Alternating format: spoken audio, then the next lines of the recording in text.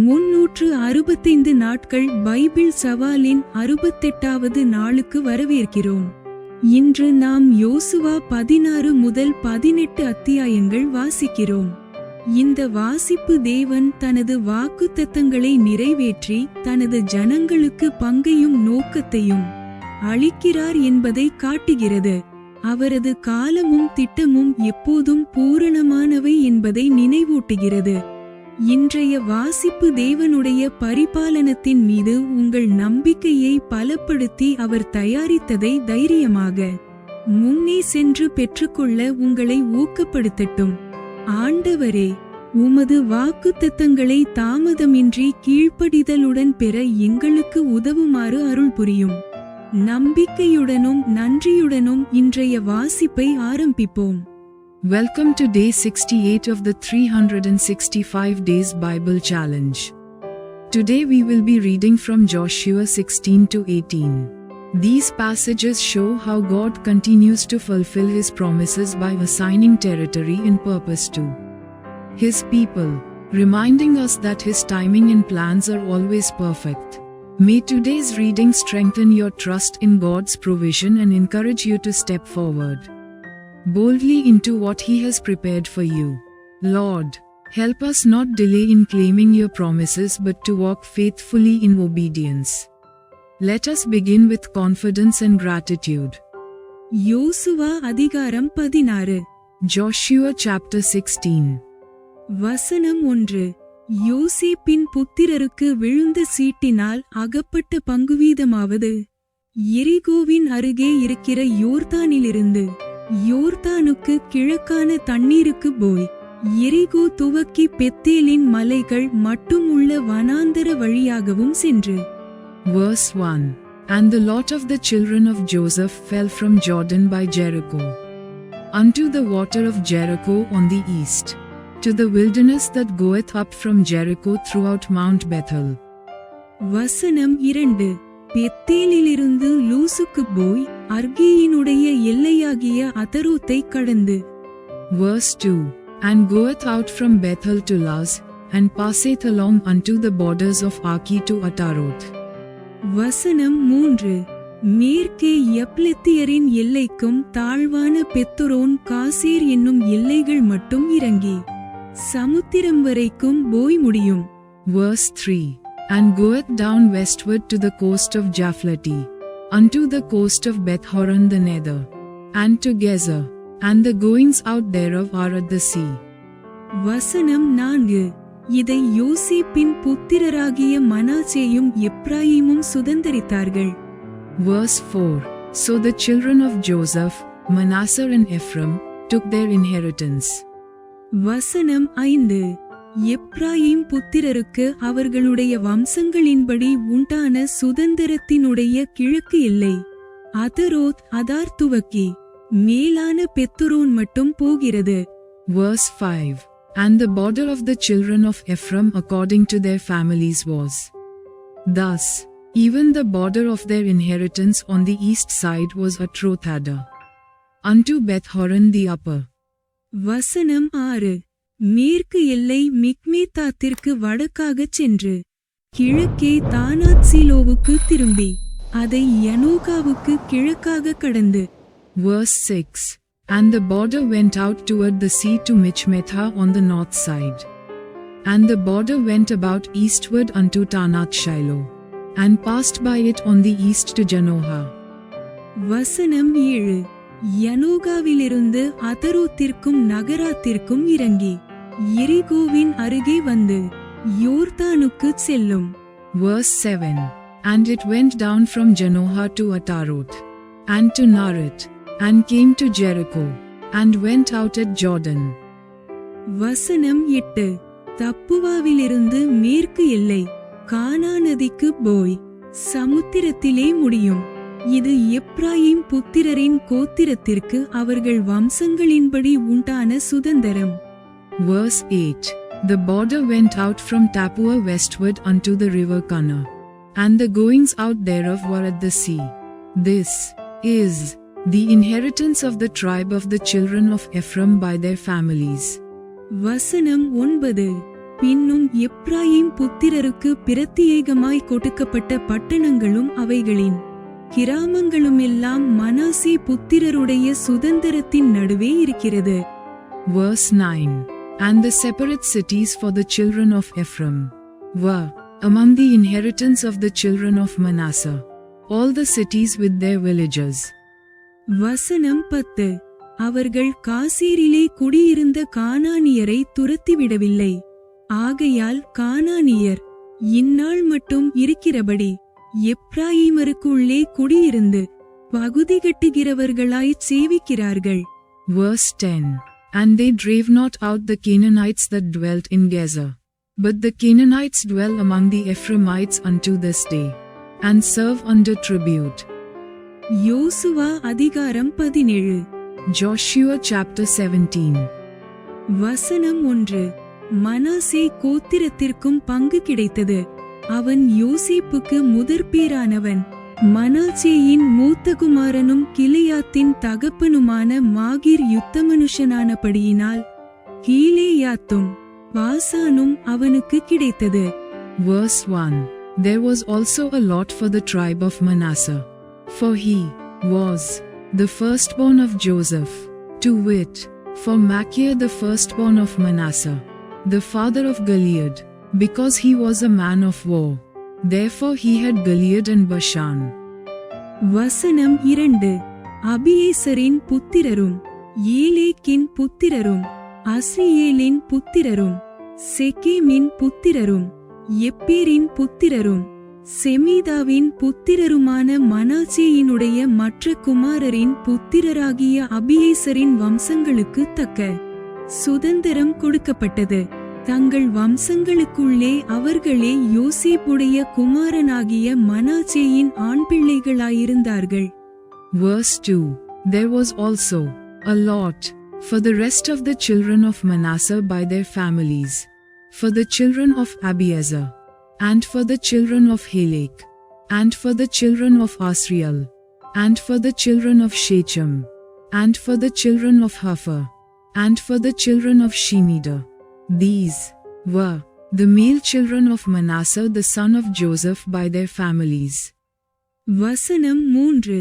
மனாசேயின் குமாரனாகிய மாகீருக்கு பிறந்த கிலெயாத்தின் குமாரனாகிய எப்பேரின் மகன் செலோப்பியாத்துக்கு குமாரத்திகள் தவிர குமாரர் இல்லை. அவன் குமாரத்திகளின் நாமங்கள் மக்லாள், நோவாள், ஓக்லாள், மில்காள், திர்சாள் என்பவைகள். Verse 3.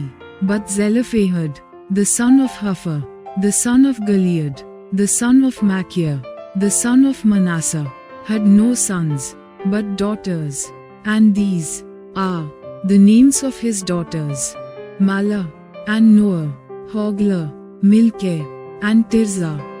வசனம் 4. அவர்கள் ஆசாரியனாகிய எலெயாசாருக்கும் நூனின் குமாரனாகிய யோசுவாவுக்கும் பிரபுக்களுக்கும் முன்பாகச் சேர்ந்து வந்து, எங்கள் சகோதரர் நடுவே எங்களுக்கு சுதந்திரம் கொடுக்கும்படி கர்த்தர் மோசேக்கு கட்டளையிட்டார் என்றார்கள். ஆகையால் அவர்கள் தகப்பனுடைய சகோதரரின் நடுவே கர்த்தருடைய வாக்கின்படி அவர்களுக்கு சுதந்திரம் கொடுத்தான். Verse 4. And they came near before Eleazar the priest, and before Joshua the son of Nun, and before the princes, saying, The Lord commanded Moses to give us an inheritance among our brethren. Therefore according to the commandment of the Lord he gave them an inheritance among the brethren of their father. வசனம் 5. யோர்தானுக்கு அப்புறத்திலே இருக்கிற கீலேயாத், பாசான் என்னும் தேசங்களையல்லாமல் மனாசேக்குச் சீட்டிலே விழுந்தது 10 பங்குகளாம். Verse 5. And there fell 10 portions to Manasseh, beside the land of Gilead and Bashan, which were on the other side Jordan. வசனம் 6. மனாசேயின் குமாரத்திகள் அவன் குமாரருக்குள்ளே சுதந்திரம் பெற்றார்கள். மனாசேயின் மற்ற புத்திரருக்கு கீலேயாத் தேசம் கிடைத்தது. Verse 6. Because the daughters of Manasseh had an inheritance among his sons, and the rest of Manasseh's sons had the land of Gilead. வசனம் 7. மனாசேயின் எல்லை ஆசீர் தொடங்கி சீகேமின் முன்னிருக்கிற மிக்மேத்தாவுக்கும் அங்கேயிருந்து வலதுபுறமாய் இந்தப்புவாவின் குடிகளிடத்திற்கும் போகிறது. Verse 7. And the coast of Manasseh was from Asher to Michmetha, that Leith, before Shechem, and the border went along on the right hand unto the inhabitants of Entapua. வசனம் 8. தப்புவாவின் நிலம் மனாசேக்கு கிடைத்தது. மனாசேயின் எல்லையோடிருக்கிற தப்புவாவோ எப்ராயிம் புத்திரரின் வசமாயிற்று. Verse 8.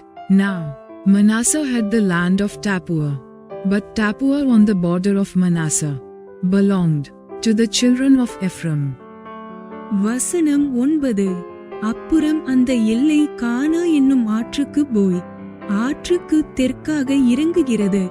மனாசேயினுடைய பட்டணங்களின் நடுவே இருக்கிற அவ்விடத்து பட்டணங்கள் எப்ராயிமுடையவைகள். மனாசேயின் எல்லை ஆற்றுக்கு வடக்கே இருந்து சமுத்திரத்திற்கு போய் முடியும். Verse 9. And the coast descended unto the river Kana, southward of the river. These cities of Ephraim are among the cities of Manasseh. The coast of Manasseh also was on the north side of the river, and the outgoings of it were at the sea. வசனம் 10. தென்னாடு எப்ராயிமுடையது, வடநாடு மனாசேயினுடையது. சமுத்திரம் அதின் எல்லை. அது வடக்கே ஆசேரையும் கிழக்கே இசக்காரையும் தொடுகிறது. Verse 10. Southward it was Ephraim's, and northward it was Manasseh's, and the sea is his border. And they met together in Asher on the north, and in Issachar on the east. வசனம் 11. இசக்காரிலும் ஆசேரிலும் இருக்கிற 3 நாடுகளாகிய பெத்சியானும் அதின் ஊர்களும் இப்லேயாமும் அதின் ஊர்களும் தோரின் குடிகளும் அதின் ஊர்களும் எந்தூரின் குடிகளும் அதின் ஊர்களும் தானாகின் குடிகளும் அதின் ஊர்களும் மெகிதோவின் குடிகளும் அதின் ஊர்களும் மனாசேயினுடையவைகள். Verse 11. And Manasseh had in Issachar and in Asher Bethshean and her towns, and Ibl and her towns, and the inhabitants of Dor and her towns, and the inhabitants of Endor and her towns, and the inhabitants of Tanach and her towns, and the inhabitants of Megiddo and her towns, even 3 countries. வசனம் 12. மனாசேயின் புத்திரர் அந்த பட்டணங்களின் குடிகளை துரத்திவிடக்கூடாமற் போயிற்று. கானானியர் அந்த சீமையிலே தானே குடியிருக்க வேண்டுமென்று இருந்தார்கள். Verse 12. Yet the children of Manasseh could not drive out the inhabitants of those cities, but the Canaanites would dwell in that land. வசனம் 13. இஸ்ரவேல் புத்திரர் பலத்த போதும் கானானியரை முற்றிலும் துரத்திவிடாமல் அவர்களை பகுதி கட்டுகிறவர்களாக்கிக் கொண்டார்கள். Verse 13. Yet it came to pass, when the children of Israel were waxen strong, that they put the Canaanites to tribute, but did not utterly drive them out. வசனம் 14. யோசேப்பின் புத்திரர் யோசுவாவை நோக்கி, கர்த்தர் எங்களை இதுவரைக்கும் ஆசீர்வதித்து வந்ததினால் நாங்கள் ஜனம் பெருத்தவர்களாயிருக்கிறோம். நீர் எங்களுக்கு சுதந்திரமாக ஒரே வீதத்தையும் ஒரே பங்கையும் கொடுத்தது என்ன என்று கேட்டார்கள். Verse 14. And the children of Joseph spake unto Joshua, saying, Why hast thou given me but one lot and one portion to inherit, seeing I am a great people, forasmuch as the Lord hath blessed me hitherto? வசனம் 15. அதற்கு யோசுவா, நீங்கள் ஜனம் பெருத்தவர்களாயும் எப்ராயிம் மலைகள் உங்களுக்கு நெருக்கமாயும் இருந்தால் பெரிசியர் ரெப்பாயிமியர் குடியிருக்கிற காட்டு தேசத்துக்கு போய் உங்களுக்கு இடம் உண்டாக்கிக் கொள்ளுங்கள் என்றான். Verse 15. And Joshua answered them, If thou be a great people, then get thee up to the wood country, and cut down for thyself there in the land of the Perizzites and of the giants, if Mount Ephraim be too narrow for thee. வசனம் 16. அதற்கு யோசேப்பின் புத்திரர், மலைகள் எங்களுக்கு போதாது, பள்ளத்தாக்கு நாட்டிலிருக்கிற பெத்சியானிலும் அதின் ஊர்களிலும் எஸ்ரயேல் பள்ளத்தாக்கிலும் குடியிருக்கிற எல்லா கானானியரிடத்திலும் இருப்புரதங்கள் உண்டு என்றார்கள். Verse 16. And the children of Joseph said, The hill is not enough for us. And all the Canaanites that dwell in the land of the valley have chariots of iron. Both they, who are of Bethshean and her towns, and they, who are of the valley of Jezreel. வசனம் 17. யோசுவா யோசேப்பு வம்சத்தாராகிய எப்ராயிமியரையும் மனாசேயரையும் நோக்கி, நீங்கள் ஜனம் பெருத்தவர்கள், உங்களுக்கு மகா பராக்கிரமமும் உண்டு. ஒரு பங்கு மாத்திரம் அல்ல, மலை தேசமும் உங்களுடையதாகும். Verse 17.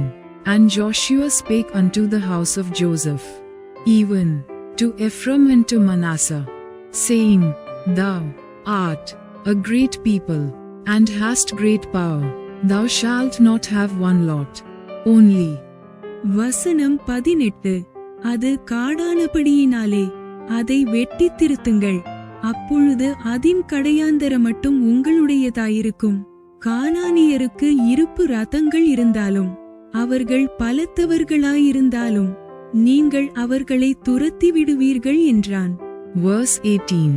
But the mountain shall be thine, for it is a wood, and thou shalt cut it down, and the outgoings of it shall be thine. For thou shalt drive out the Canaanites, though they have iron chariots, and though they be strong. யோசுவா அதிகாரம் 18. Joshua chapter 18.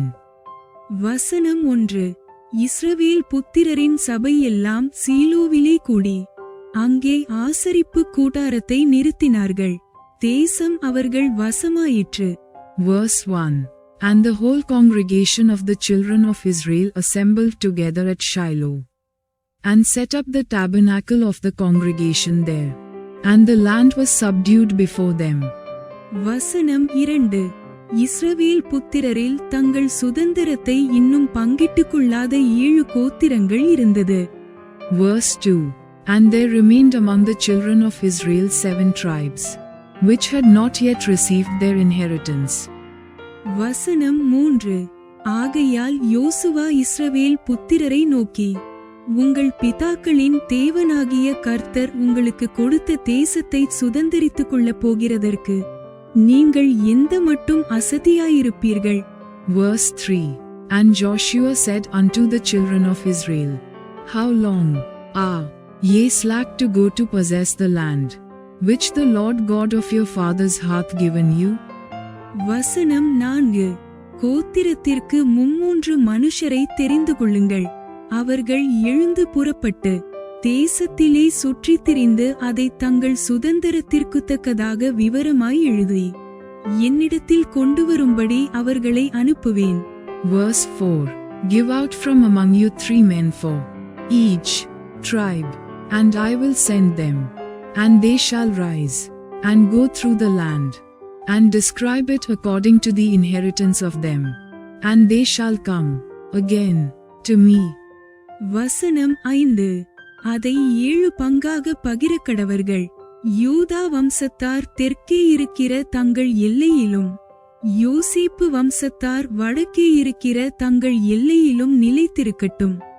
Verse 5. And they shall divide it into 7 parts. Judah shall abide in their coast on the south, and the house of Joseph shall abide in their coasts on the north. வசனம் 6. நீங்கள் தேசத்தை 7 பங்காக விவரித்து எழுதி இங்கே என்னிடத்தில் கொண்டு வாருங்கள். அப்பொழுது இவ்விடத்திலே நம்முடைய தேவனாகிய கர்த்தருடைய சந்நிதியில் உங்களுக்காகச் சீட்டு போடுவேன். Verse 6. Ye shall therefore describe the land into 7 parts, and bring the description hither to me, that I may cast lots for you here before the Lord our God. வசனம் 7. லேவியருக்கு உங்கள் நடுவே பங்கில்லை. கர்த்தருடைய ஆசாரிய பட்டமே அவர்கள் சுதந்தரம். காத்தும் ரூபனும் மனாசேயின் பாதி கோத்திரமும் யோர்தானுக்கு அப்புறத்திலே கிழக்கே கர்த்தரின் தாசனாகிய மோசே தங்களுக்கு கொடுத்த தங்கள் சுதந்திரத்தை அடைந்து தீர்ந்தது என்றான். Verse 7.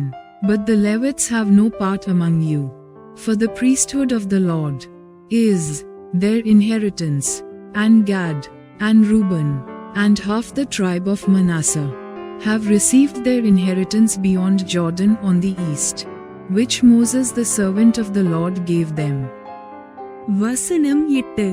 அப்பொழுது அந்த மனுஷர் எழுந்து புறப்பட்டு போனார்கள். தேசத்தை குறித்து விவரம் எழுதப் போகிறவர்களை யோசுவா நோக்கி, நீங்கள் போய் தேசத்திலே சுற்றித் திரிந்து அதின் விவரத்தை எழுதி என்னிடத்தில் திரும்பி வாருங்கள்.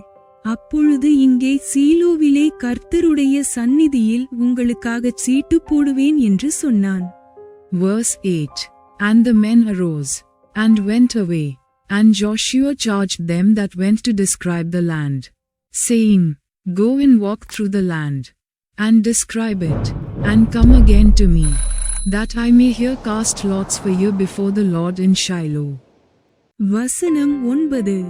அந்த மனுஷர் போய் தேசம் எங்கும் அந்தந்த பட்டணங்களின்படியே 7 பங்காக ஒரு புஸ்தகத்தில் எழுதிக்கொண்டு சீலோவில் இருக்கிற பாளையத்திலே யோசுவாவினிடத்தில் வந்தார்கள். Verse 9. And the men went and passed through the land, and described it by cities into 7 parts in a book, and came again to Joshua to the host at Shiloh. வசனம் 10. அப்பொழுது யோசுவா அவர்களுக்காகச் சீலோவிலே கர்த்தருடைய சந்நிதியில் சீட்டு போட்டு அங்கே இஸ்ரவேல் புத்திரருக்கு தேசத்தை அவர்கள் பங்குவீதப்படி பங்கிட்டான். Verse 10. And Joshua cast lots for them in Shiloh before the Lord. And there Joshua divided the land unto the children of Israel according to their divisions.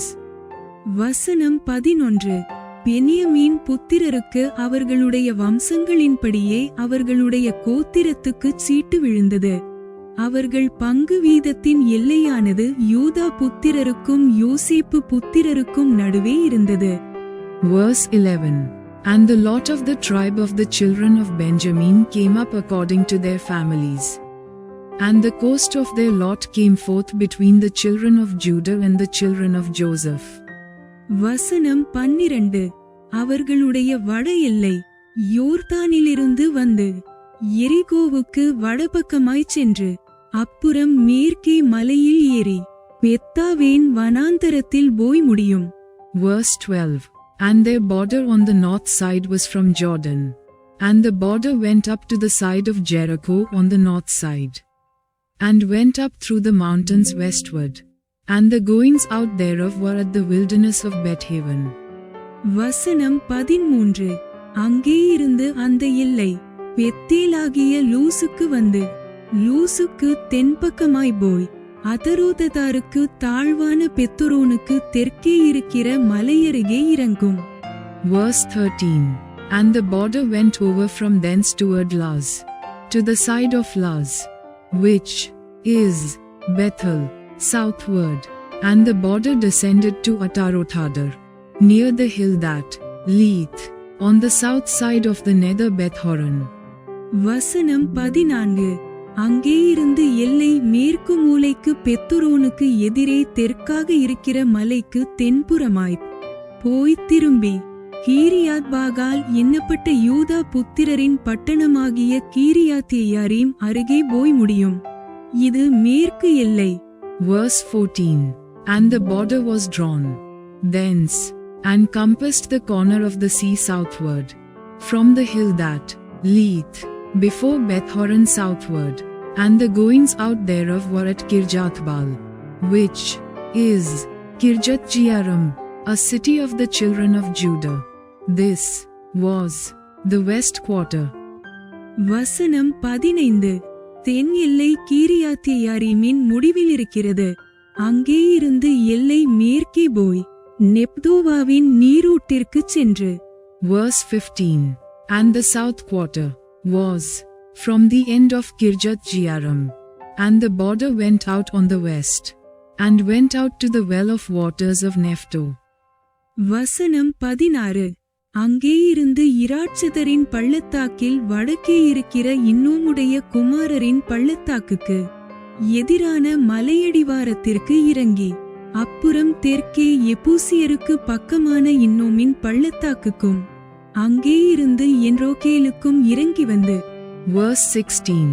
And the border came down to the end of the mountain that leath before the valley of the son of Hinnom, and which is in the valley of the giants on the north, and descended to the valley of Hinnom, to the side of Jebusi on the south, and descended to Enrogel. வசனம் 17. வடக்கே போய் என்சேமேசுக்கும் அங்கேயிருந்து அதும்மீம் மேட்டுக்கு எதிரான கெலிலோத்திற்கும் அங்கேயிருந்து ரூபன் குமாரனாகிய போகனின் கல்லினிடத்திற்கும் இறங்கி வந்து. Verse 17. And was drawn from the north, and went forth to Enshemish, and went forth toward Jelaloth, which is over against the going up of Adumim, and descended to the stone of Bohan the son of Reuben. வசனம் 18. அராபாவுக்கு எதிரான வடபக்கமாய் போய் அராபாவுக்கு இறங்கும். Verse 18. And passed along toward the side over against Arabah northward, and went down unto Arabah. வசனம் 19. அப்புறம் அந்த எல்லை பெத்தோக்லாவுக்கு வடபக்கமாய் போய் யோர்தானின் முகத்துவாரத்திற்கு தெற்கான உப்புக்கடலின் வடமுனையிலே முடிந்து போகும். இது தென் எல்லை. Verse 19. And the border passed along to the side of Beth-hogla northward, and the outgoings of the border were at the north bay of the Salt Sea at the south end of Jordan. This was the south coast. வசனம் 20. கிழக்கு புறத்தின் எல்லை யோர்தானே, இது பென்யமீன் புத்திரருக்கு அவர்களுடைய வம்சங்களின்படி சுற்றிலும் இருக்கிற எல்லைகளுக்குள்ளான சுதந்தரம். Verse 20. And Jordan was the border of it on the east side. This was the inheritance of the children of Benjamin, by the coasts thereof round about, according to their families. வசனம் 21. பென்யமீன் புத்திரரின் கோத்திரத்திற்கு அவர்களுடைய வம்சங்களின்படி இருக்கிற பட்டணங்களாவன எரிகோ, பெத்தோக்லா, cases பள்ளத்தாக்கு. Verse 21. Now the cities of the tribe of the children of Benjamin according to their families were Jericho, and Beth-hogla, and the valley of Kizis. வசனம் 22. பெத்தரபா, செமராயிம், Bethel. Verse 22. And Betharaba, and Zamarim, and Bethel. வசனம் 23. ஆவீம், பாரா, Opera. Verse 23. And Avim, and Para, and Ophira. வசனம் 24. கேப்பாரமோனாய், ஒப்னி, காபா என்னும் 12 பட்டணங்களும் அவைகளின் கிராமங்களுமே. Verse 24. And Shepharamane, and Ophni, and Gaba, 12 cities with their villages. வசனம் 25. Gibeon, Rama, Beeroth. Verse 25. Gibeon, and Ramah, and Beeroth. வசனம் 26. மிஸ்பே, கெப்ரா, மோத்சா. Verse 26. And Mispe, and Chephara, and Moza. வசனம் 27. ரெக்கேம், இர்பியல், தாராலா. Verse 27. And Rekem, and Irpeel, and Tarala. வசனம் 28. சேலா, ஏலேப், எருசலேமாகிய எபூசி, கீபேயாத், கீரேயாத் என்னும் 14 பட்டணங்களும் அவைகளின் கிராமங்களுமே. பென்யமீன் புத்திரருக்கு அவர்கள் வம்சங்களின்படி இருக்கிற சுதந்தரம் இதுவே. Verse 28. And Zela, Eleph, and Jebusi, which is Jerusalem, Gibeath, and Kirjat, 14 cities with their villages. This is the inheritance of the children of Benjamin according to their families. Bible சவாலின் 68வது நாள் இவ்வுடன் நிறைவடைகிறது. இன்றைய வாசிப்பு தேவன் உங்கள் பங்கை விசுவாசமாக அளிக்கிறார் என்றும் அவரை முழுமையாக நம்ப அழைக்கிறார் என்றும் நினைவூட்டட்டும்.